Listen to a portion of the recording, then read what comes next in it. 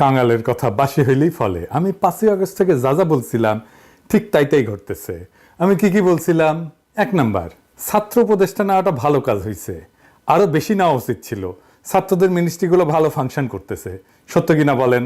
শুনেন আমি কি বলছিলাম। অনেকের রিজার্ভেশন আছে ছাত্রদের উপদেষ্টা পরিষদে নেওয়ার ক্ষেত্রে। আমি মনে করি যে এইটা একটা পজিটিভ কাজ হয়েছে এবং এটা একটা ইন্টারেস্টিং এক্সারসাইজ হয়েছে। এটার জন্য আমি অভিনন্দন জানাই। এই এক্সপেরিমেন্ট যদি সফল হয় তাহলে বাংলাদেশের রাজনীতির চেহারা কিন্তু পাল্টে যাবে। এই এক্সারসাইজটা খুব ভালো হয়েছে।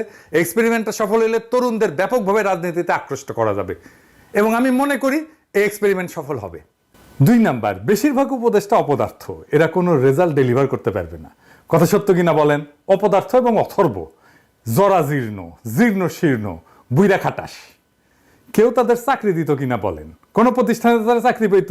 বুড়াগুলার হাইপার টেনশন, ডায়াবেটিস, কেউ দেখেন অ্যাডাল্ট ডায়াপার পরে পেশাব ধরে রাখতে পারে না, প্রোস্টেটের প্রবলেম। মহিলাদের কথা আর কইলাম না। যাই হোক, 3 নাম্বার, অস্বচ্ছ প্রক্রিয়া, ব্যক্তিগত পছন্দ অপছন্দের উপর ভিত্তি কইরা উপদেষ্টা পরিষদ গঠিত হয়েছে এবং যে সমস্ত নিয়োগগুলো হইতেছে সেগুলো তাই। আমি আর কইলাম না, নাম ধইরা তিক্ততা তৈরি করতেছি না, আর অনেক তিক্ততা তৈরি করছি, আর করব না। 4 নাম্বার, সুপ্প একটা সমস্যা, এটা না সরাইলে ঝামেলা হবে।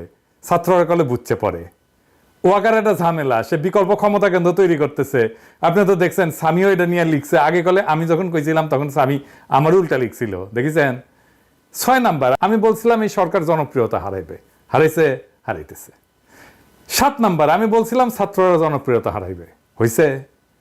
8 নাম্বার, আমি বলছিলাম আওয়ামী লীগ ফিরে আসার চেষ্টা করবে, নানা জায়গায় ঝামেলা করবে, করছে। এর কারণ কি?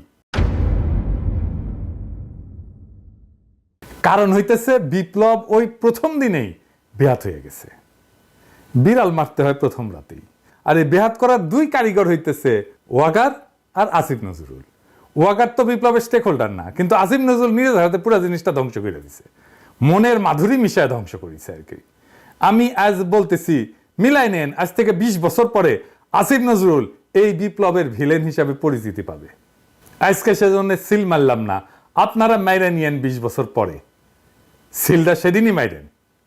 আসিফ নজরুল পুরা বিজয়টাকে বাঙ্গু এলিটদের হাতে তুলে দিছে, তার প্রিয় প্রথম আলো, ডেইলি স্টার এই গ্রুপের কাছে। তাই বশিরেরা উপদেষ্টা হয়, যারে daily star business person of the year পুরস্কার দেয়।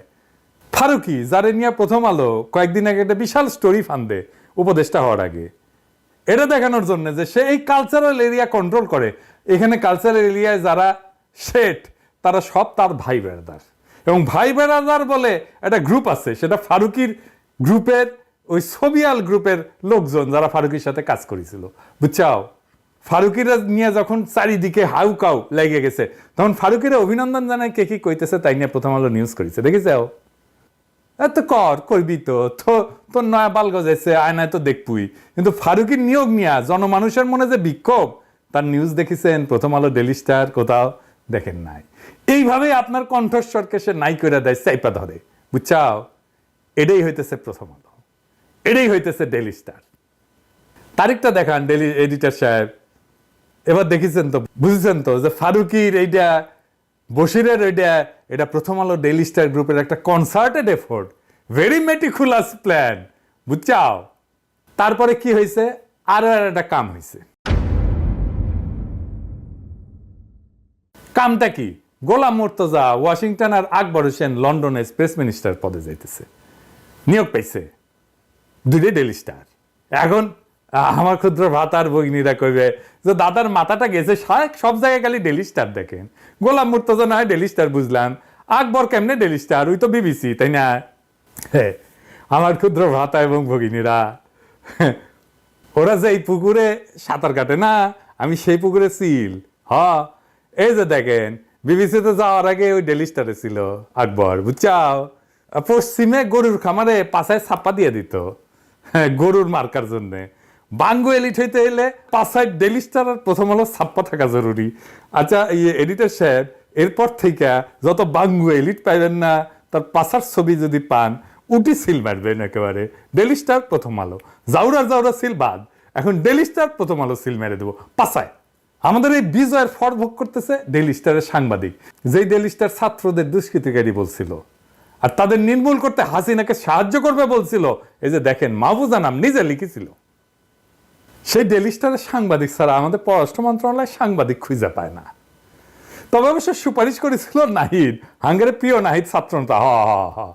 এই মাহফুজা নাম 7 সেপ্টেম্বর প্রফেসর ইউনূসের সাথে সাক্ষাৎ করে বলছিল 3 বছর পর্যন্ত প্রফেসর ইউনূস সরকারের কথা সুপারিশ করেছিল। দেখেন, প্রগতিশীল বিএনপি তো ডেইলি স্টারকে হেভি সাপোর্ট দিতেছে, তো তারে ধরে না কেন? 3 বছর থাকার সার্টিফিকেট যে দিছিল তখন ধরবে না কলে? তখন ওদের সমস্ত পৌরুষ পতায়া যাবে প্রগতিশীল বিএনপি। প্রগতিশীল তো ওদের সবসময় কলিকাতা হারবাল লাগে আর কি, বুঝছাও। এবার আসেন আসিফ নজরুল প্রসঙ্গে আর একটা বিষয় আসি। মাঝে এটা আগেই ধরবো ভাবিছিলাম, কিন্তু ওই যে জেনেভার যে ঝাড়ি খেয়েছে না, ওইটার জন্য একটু কয়েকদিন রিলিজ দিছিলাম। তবে আসিফ নজরুল কয়ে রাখি, ওইটার প্রতিশোধ করলে আমিই নিমু। ওইটা ওই যে আপনারা যেটা করেছিল না, ওটা প্রতিশোধ আমি নিমু, আমি। হ্যাঁ, প্ল্যানিং হচ্ছে। যাই হোক, ওইটা পরে আসিছি। তো যাই হোক, সে কইছে কি আমাদের নাকি ধৈর্য কম। শুনেন, কইছে ধৈর্য কম।